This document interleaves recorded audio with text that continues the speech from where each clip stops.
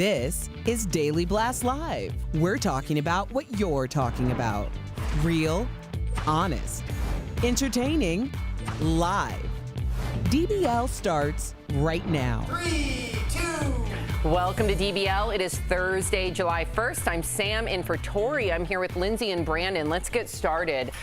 First and foremost, it's been 1 week since the tragic collapse of the condo building in Florida, and still there are 145 people who are not accounted for.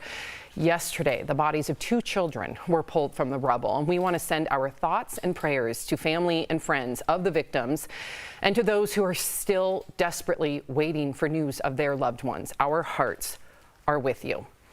Well, a lot of people, and I'm reading your comments as we are airing right now, a lot of people still can't believe that Bill Cosby is a free man. 83-year-old Cosby was released yesterday after serving almost 3 years in prison. Cosby was let out of prison after a shocking decision by the Pennsylvania Supreme Court to overturn his conviction, due in part to an immunity deal with a former DA. Now, Cosby walked free and came home accompanied by his legal team and spokesperson, who called it a, quote, beautiful day for women. Cosby tweeted a statement saying, quote, I have never changed my stance nor my story. I have always maintained my innocence. He also thanked his fans, supporters, and friends. Cosby also called in to a local radio station, and here is what he had to say. This is not just a black thing. This is for all the people who have been imprisoned wrongfully, regardless of race, color, or creed. Because I met them in there.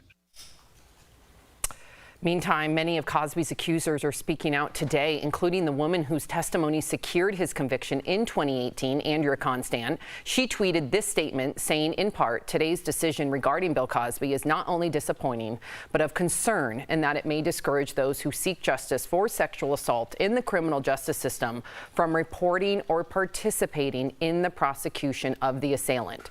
Now, it's been almost 24 hours since the ruling and Cosby's release. We're going to get to Brandon and Lindsay. We also want to involve our viewers. How are you feeling about this and the fact that he was released on a technicality? Let's call it what it is. The court never deemed him innocent. I think that's important to note.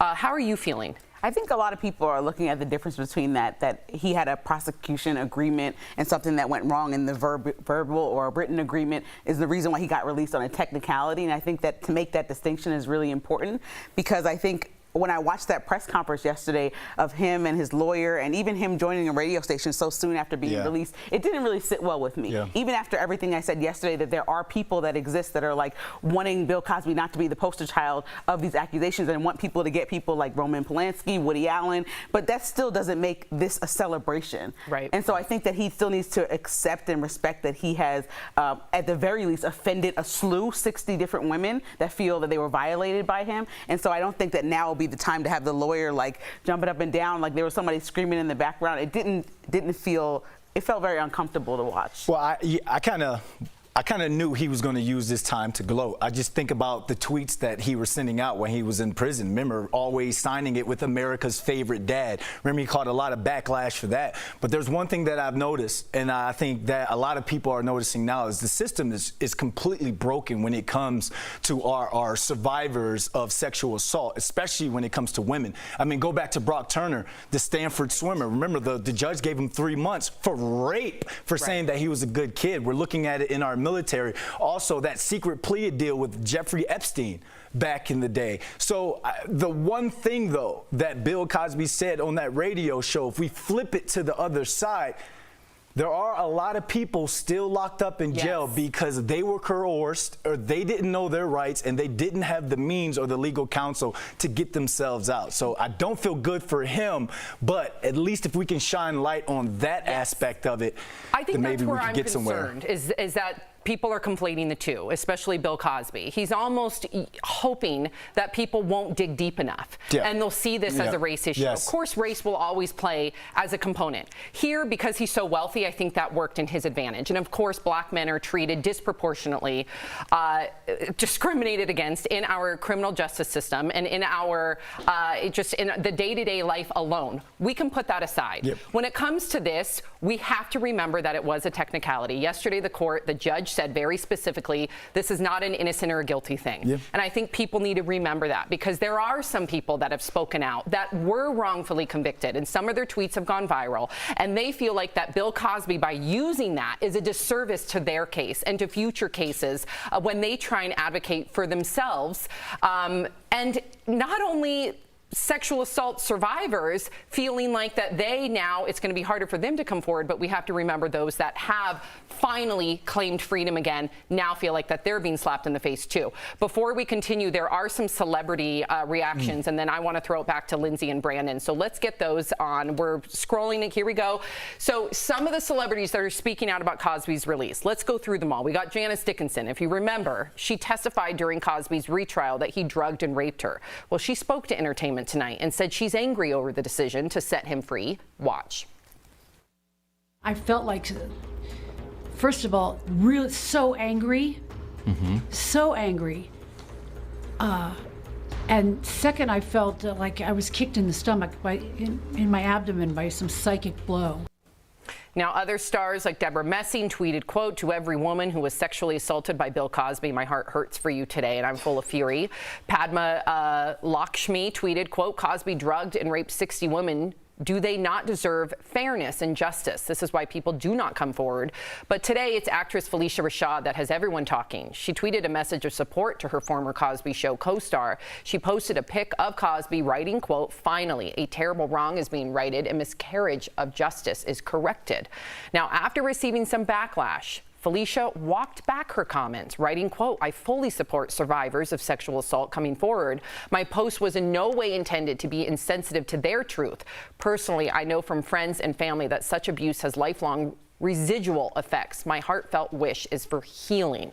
What did you make of Felicia's comments and then almost flipping the narrative? I think Felicia Rashad is somebody that I could say most black women that I know at least looked at as this graceful figure, this perfect example of what a mom can be, in the same exact show that people looked at Cosby as the perfect dad. And so I think when we see her tweeting something like that, and she's the head of Howard University, one of the most famous HBCUs, Right. she's the dean of that school, and you have so many women that probably have experienced sexual assault even on that campus or beyond. People were very let down by the celebration aspect again. It's kind of like to compare it to another instance that we talked about this week with Derek Chauvin's verdict and his mom speaking out and saying, "My son is nice and I can't imagine him being racist." Okay, that's your perspective. There are people in the court that lost their son because your son killed them on tape. And so it wasn't the same extreme. It's two different circumstances. People are still dealing with trauma on both ends. But to just celebrate in that moment or say your perspective, it was very insensitive. So I'm glad that she walked it back. But I also think that, she has a platform to share what she wants to feel. And that's her friend and somebody she stands by. And I know you and I talked about it off camera. If somebody's your mother or your close friend and they're going to try to defend you and say things, but at the end of the day, if you have that big of a platform, you have to really be careful about your words, especially when there's people who look up to you both college level and across the world. Yeah, and we talked about it yesterday because you remember through text we were kind of talking about this, and a lot of people in the black community were like, "Oh, a wrong has been righted." No, this man has not been exonerated. His conviction has been nulled constitutionally, and it goes back. I do not want people thinking that he is some member of the Central Park Five. Right. That, again, to be coerced into a confession. This is not that. He confessed to it, but there was a technicality. So I get what she's saying. I'm glad she walked that back, and I just hope that people could maybe look into that and maybe feel as though she said it out of context. But right now, no one's trying to hear that side of it. So, wow. Oof. I know there's so much to unpack here. Well, coming up on DBL, a super dad shares his story of adopting 6 children with disabilities, how he's inspiring the LGBTQ community and beyond, and a new development in the Britney Spears conservatorship case. Will Britney ever get to be on her own? Closed captioning provided by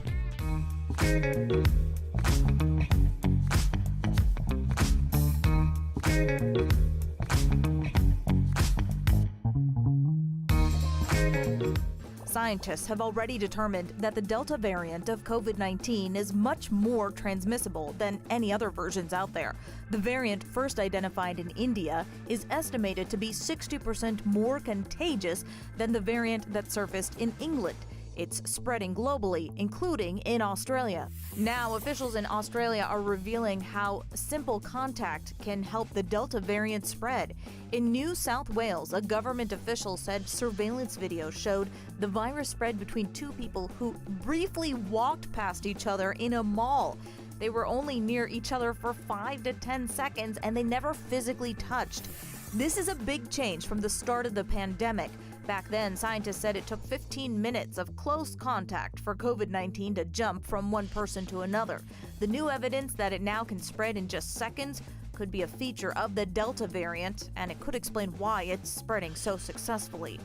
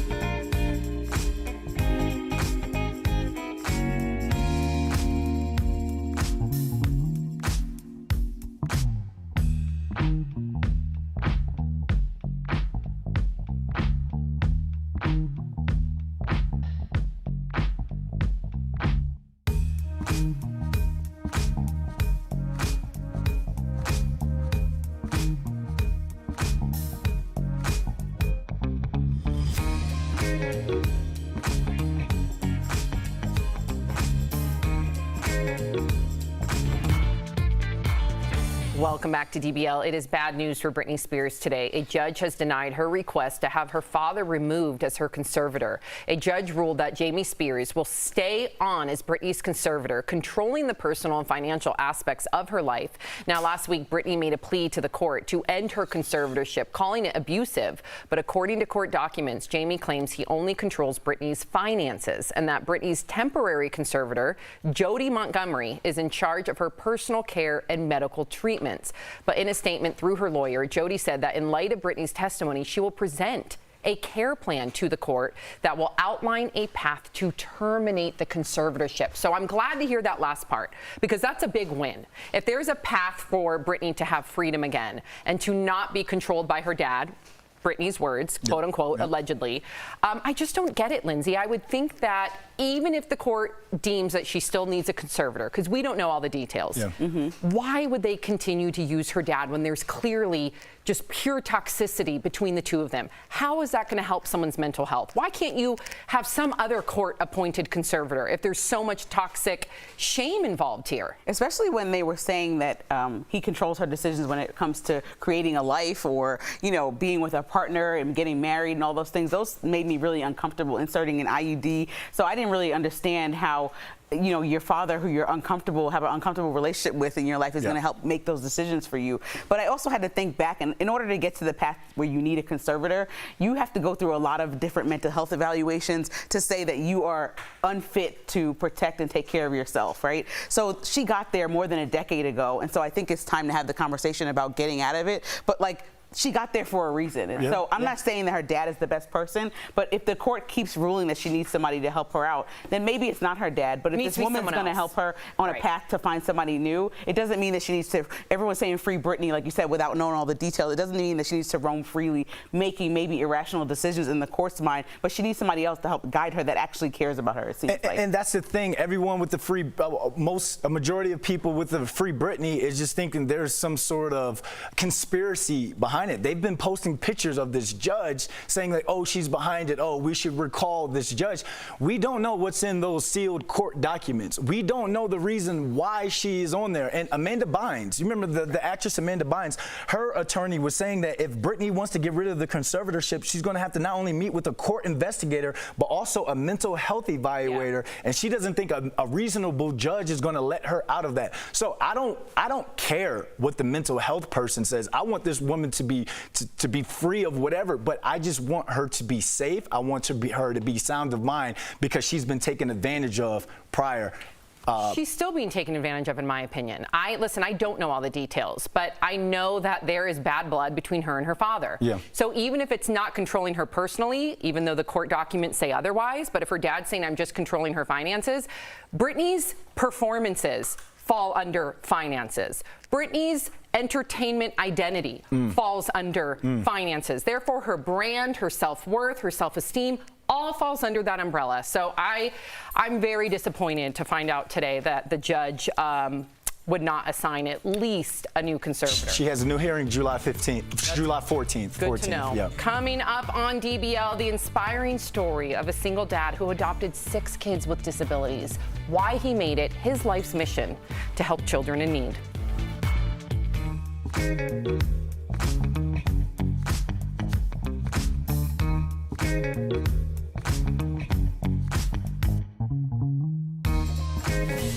Recycling old masks is good for the environment, but turns out it could also improve our roads right here in North Carolina. Let's connect the dots. Students and staff at East Carolina University are working with state leaders on this new project. Some of the fibers in masks can be mixed with asphalt to pave roads. But here's the best part. They think adding recycled masks could actually prevent roads from rutting or deteriorating. So why are masks a magic ingredient? They become a liquid when added to the hot asphalt. ECU researchers say the two stick together like glue. Over time, that helps the mixture get firmer and tougher. That's great news for all of us if it's used to pave roads. It would mean highways and major intersections would stay in better condition longer. And that is connecting the dots.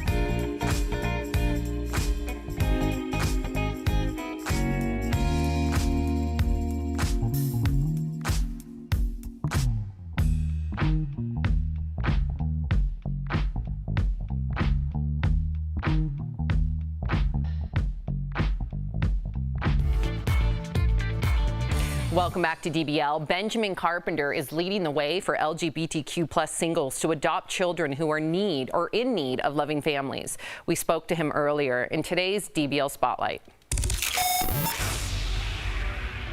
Ben Carpenter, welcome to DBL. Now, you've become a role model for many men and women looking to adopt. What 21-year-old wants to adopt a child? That just speaks volumes, because at 21 years old, 21-year-old Sam was not adopting children. So what were you thinking back when you became the youngest single gay person to adopt in the UK?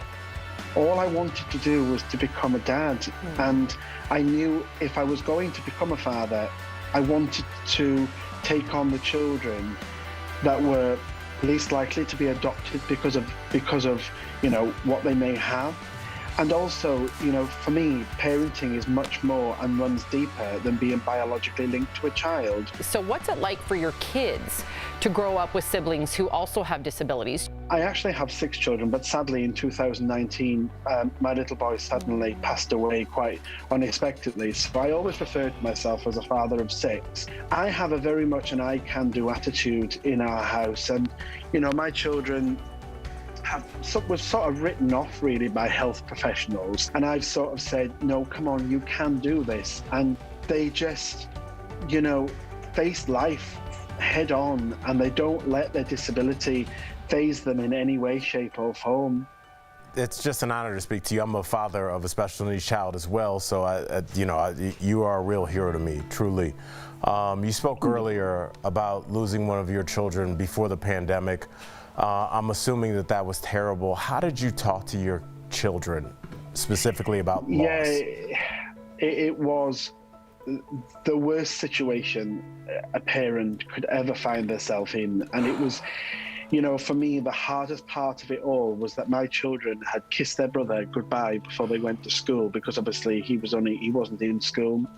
And they said goodbye, and we'll see you when we get home. And of course, that never happened, and it resulted in me trying to have to resuscitate my son, and obviously it failed, and results came back that he sadly passed away of sepsis. When my children started coming home from school, I was at hospital, and my mother greeted the children and sort of explained to them in the best that they could understand, really.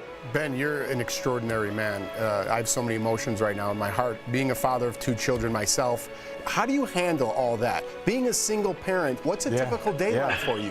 Professionals will come through my door, medical professionals, and they'll just say they can't believe that how calm it is and structured it is in my house, and more than anything, it oozes love. That's the word they use. It oozes love, and I pride myself on that. Now, here's some good news. DBL has the best viewers on television, and they love to help. So you're currently raising funds to create a sensory room for children. Can you explain briefly to myself and our viewers what that is and where you are with your goal?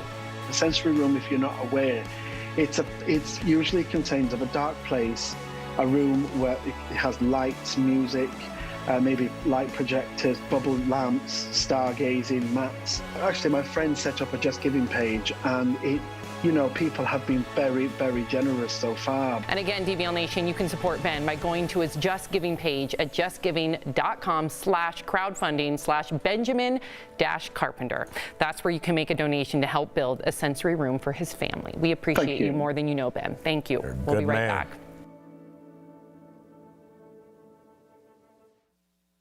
Promotional consideration is brought to you by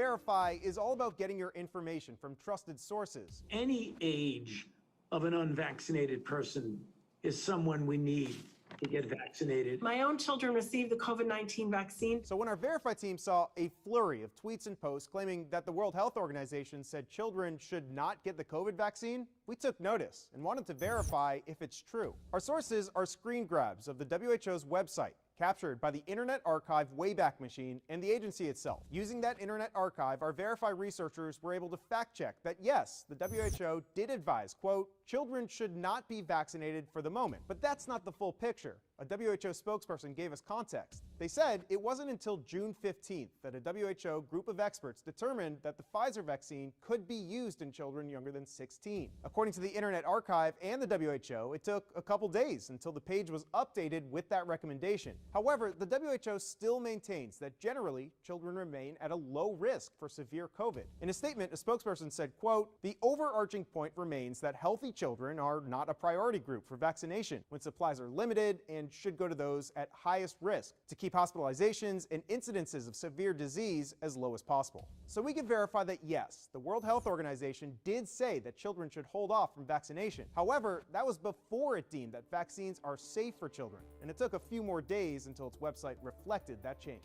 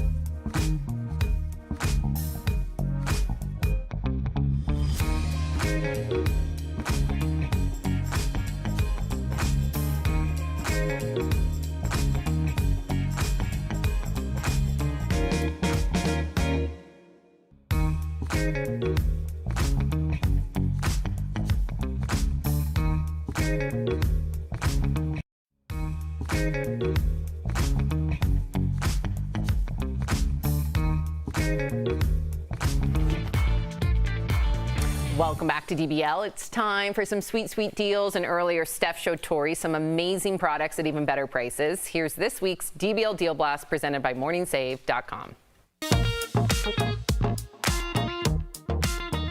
What do you have for us today, Steph? Hey Tori, I'm here with some great products and deals just for you guys. So first up, I've got something that will up anyone's skincare game. It's the 3-pack Julep Beauty Multi-Masker 3-piece facial mask system. So they give your complexion what it really needs by targeting dryness, clogged pores, and uneven texture. So normally it's as much as $45 for this set. However, we've got them for only $19, saving up to 58%. I like any kind of spa treatment. Oh yeah, that it's a deal. And speaking of facial products, I've got one that will give you a spa-like treatment in the comfort of your own home.